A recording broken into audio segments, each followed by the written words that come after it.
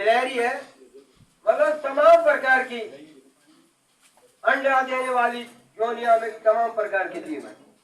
तो ऐसे ही एक ही खेप की खेप है, तो कितनी खेपों में आपको घूमना पड़ेगा, जाना पड़ेगा, लेकिन दरवाजा नहीं है। न गिलहरी में दरवाजा, न तोते में दरवाजा, न सांप में दरवाजा, न बिच्छू में दरवाजा, न गाय में दरवाजा, न बैल में दरवाजा, न सिंह शेर में दरवाजा, कहीं भी दरवाजा नहीं। अब कहते हैं गाय में 33 करोड़ देवता वास करते हैं। ये हमारे यानी जो यहाँ के आचार्य जो पंडित है या निधानी है, वो ये बताते हैं भाई गाय के शरीर में 33 करोड़ देवता निवास करते हैं, लेकिन ये बात सही नहीं है। गाय के शरीर में 33 करोड़ देवता वास नहीं करते। गाय एक पशु है, सच्चाई यही है कि गाय एक पशु है, इससे अलग सच्चाई नहीं है। अब गाय है क्या? गाय जितने भी पशु है, सब पशुओं में उसका अंग जो है, शरीर जो है, वो मनुष्य के लिए यानी मानव के लिए, सृष्टि के लिए वो सबसे गुणवान है, लाभप्रद है। यह उसका गोबर है, गुणवान है, उसका गोमूत्र है, गुणवान है, उसकी जुगाड़ी है, गुणवान है, उसका शरीर में रक्त यानी खून है, गुणवान है, उसके शरीर का जो मांस है वो गुणवान है, उसका दूध है वो गुणवान है, यानी उसके अंदर गुणों की खान है, दवा है उसके शरीर में।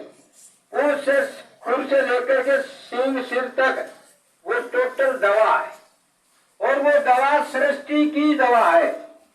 पशु के लिए भी वो दवा है, पक्षी के लिए भी वो दवा है, कुदरत यानी कि वनस्पति के लिए भी वो दवा है, और मनुष्य शरीर के लिए भी दवा है। तो जो वो दवा है, गुणवान है, उत्तम है, इसलिए गाय को श्रेष्ठ माना गया, उत्तम माना गया। गाय एक पशु है, उसमें 33 करोड़ देवी देवताओं का वास नहीं है, रहते नहीं 33 करोड़ देवी देवता।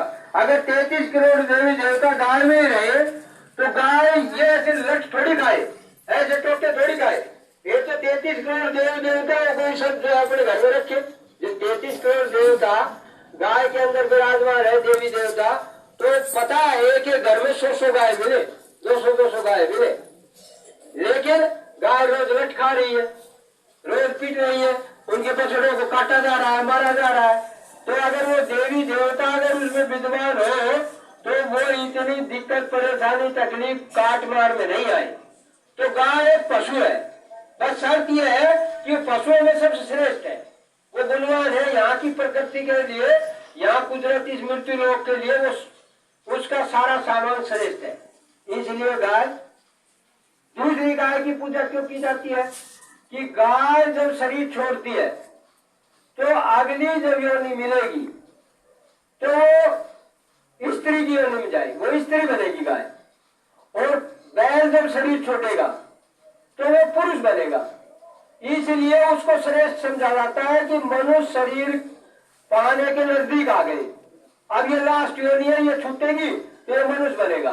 और जब ये मनुष्य बनेगा तो बैल की हम सेवा करेंगे तो ये बेटा बनेगा, पोता बनेगा, भाई बनेगा, चाचा बनेगा, भतीजा बनेगा, तो इसकी हम सेवा करेंगे। तो ये मनुष्य शरीर में जब आएगा तो इस सृष्टि में ये सही तरीके से एक दूसरे की सेवा करेगा और अच्छी तरह से रहेगा, इसलिए उसकी पहले सेवा की जाती है। गाय की सेवा कर रहे, उसको खिला रहे, पिला रहे, तो भाई ये बेटी बन के आएगी, बहू बन के आएगी, पत्नी बन के आएगी, माँ बन के आएगी। तो जब ये बन के आएगी तो घर को, समाज को, परिवार को एक अच्छी तरीके से, अच्छे भाव से जब हम इसकी सेवा करेंगे तो सेवा के आवरण, सेवा के भाव इसके ऊपर रहेंगे तो ये हमारे समाज को अच्छी रखेगी, हमारे परिवार को अच्छी तरह से पालेगी, परोसेगी, अच्छी तरह से रहेगी। इसलिए गाय की अब पूजा की जाती है। अब शास्त्र कहते हैं कि भाई पीपल के अंदर जो है देवता वास करते हैं। अब पीपल एक पेड़ है, सच्चाई ये है, उसमें कोई देवता या तो वास नहीं करते, उसको क्यों पूजा जाता है कि पीपल एक ऐसा पेड़ है जो गुणवान है, गुण है उसके अंदर, वह औषधि है, वो गुणवान है, उसके अंदर बीमारियों को काटने की ताकत है, शक्ति है। और वो पीपल एक ऐसा पेड़ है जो रात को भी ऑक्सीजन छोड़ता है। ऑक्सीजन हम आप सब लेते हैं, और सब पेड़ तो दिन दिन में ऑक्सीजन छोड़ते हैं, लेकिन पीपल रात को भी ऑक्सीजन छोड़ता है, वो 24 घंटा छोड़ता है।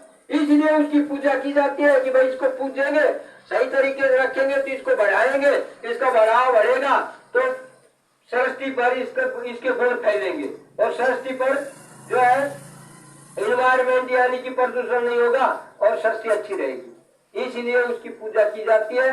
सच्चाई यह है कि वो एक पेड़ है, वृक्ष है, उसके अलावा कुछ नहीं है उसके अंदर। लेकिन ये सही तो कुछ और है।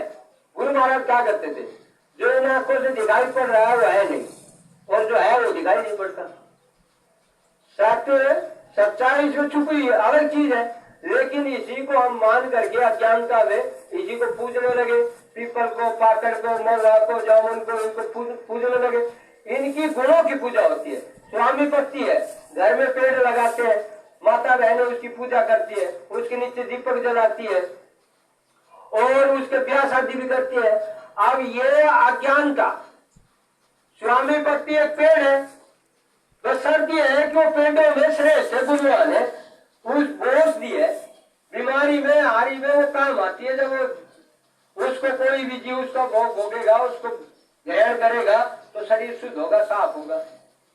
वो उसके अंदर इतनी रोगों से लड़ने की इतनी ताकत है, इतनी क्षमता है कि जब आदमी उसका सेवन करता है तो रोगों से लड़ने की ताकत बढ़ जाती है। इसलिए उसकी पूजा होती है। अगर अच्छी चीज है तो उसको पूजेंगे, सुरक्षित रखेंगे अच्छी तो बढ़ेगी। इसलिए जो महात्मा जो आए वो इन चीजों को हम अच्छी तरह से इनकी सेवा से इनको बरकरार रखे। इसलिए हमारे अंदर ये भाव बढ़ गए कि भाई इसमें देवता है, देवतुल्य है, उनकी तुलना देवताओं के समान की। देवता किसको कहते हैं? अभी आप बीमार है और किसी के पास चले गए और कह रहे बहुत परेशान है, बहुत बीमार है और चले गए, ये भाई हम बड़े परेशान है, बड़े बीमार है, और उसने आपको कोई भी जड़ी बूटी या कोई झाड़ा झपटा या कोई दुआ फरियाद आपको दे दिया और उससे आप हो गए ठीक। अब आप उसका स्थान आपकी नजरों में देवता के समान हो गया। आप क्या कहोगे? वह बड़ा देव पुरुष है, भाई मेरे लिए तो वो भगवान है, यही कहोगे ना, क्योंकि आपको उसने रक्षा किया। तो यहाँ गुणों की पूजा है। कहने का मतलब यह है, चाहे वो पशु में है, चाहे वो पंछी में है, चाहे वो किसी में भी है, लेकिन यहाँ गुणों की पूजा है। देवी देवता भगवान भैया भवानी, वो ये जो दुनिया आप हमको दिखाई पड़ रही है, ये धरती ये सृष्टि जो दिखाई पड़ रही है, इसमें वो आज तक कभी न आए और न कभी आएंगे। ये सच्चाई है। ये देव स्थान ही नहीं है, या देवता टिक ही नहीं सकते। क्यों नहीं टिक सकते? नंबर एक, उनका 17 तत्वों का शरीर है। वो 17 तत्व कौन से हैं? 10 इंद्री, मन बुद्धि चित्त और अंतःकरण। 10 और 4 14, रजोगुण तमोगुण सतोगुण, 3 गुण, 14 दिन 17। अब आप रजगुण को नहीं देख सकते, तम गुण को आप नहीं देख सकते,